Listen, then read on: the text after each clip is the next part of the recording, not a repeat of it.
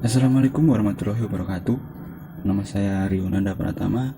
Di sini saya akan menjelaskan sedikit tentang keamanan informasi. Pengertian keamanan informasi. Keamanan informasi adalah sekumpulan metodologi, praktik ataupun proses yang dirancang dan diterapkan untuk melindungi informasi atau data pribadi dari akses, penggunaan, penyalahgunaan, gangguan, atau modifikasi yang tidak sah.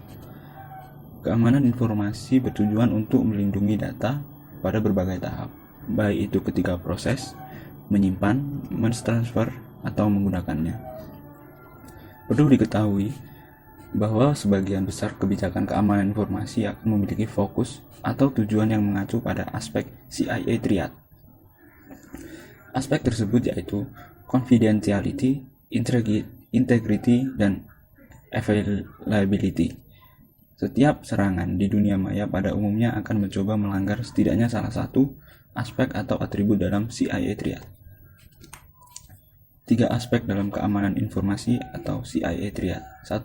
Confidentiality atau kerahasiaan. Informasi rahasia memang dianggap sebagai data yang bernilai oleh para cyber hacker. Informasi yang diincar biasanya berupa informasi pelanggan, data karyawan, kenyamanan intelektual, atau informasi mengenai rahasia dagang.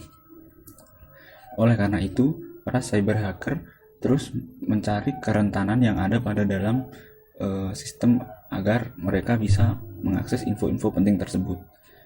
Beberapa jenis serangan yang umum digunakan untuk mengakses informasi rahasia tersebut seperti serangan man in the middle, pembobolan enkripsi, dan serangan eavesdropping.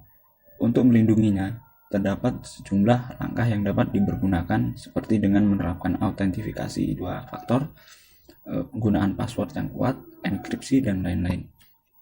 2. Integrity atau integritas. Dalam keamanan informasi, integritas mengacu pada suatu metode atau langkah-langkah untuk menjaga agar data atau informasi tidak dapat dimanipulasi, diubah atau diedit oleh pihak yang tidak punya wewenang.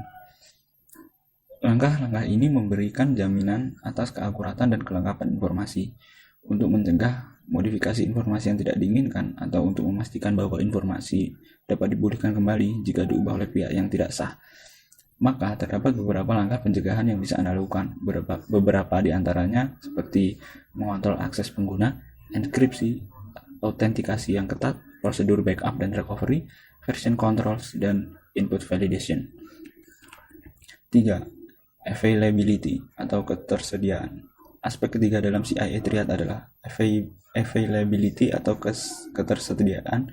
Artinya, dalam konteks keamanan informasi, upaya untuk menjaga agar sebuah sistem tetap bisa digunakan adalah hal penting yang perlu dilakukan.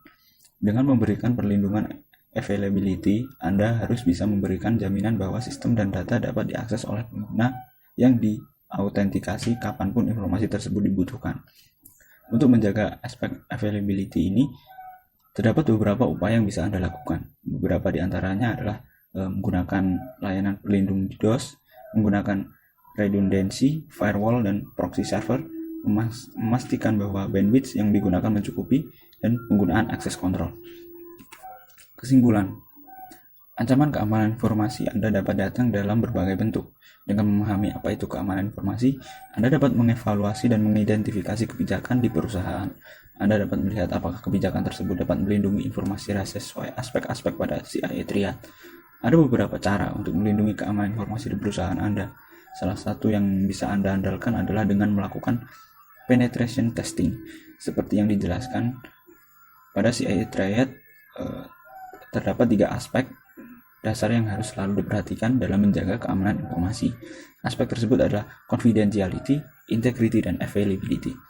Dengan melakukan penetration testing, Anda dapat mengeksploitasi dan mengidentifikasi apakah ada kerentanan yang bisa segera diperbaiki dari pihak ketiga aspek tersebut.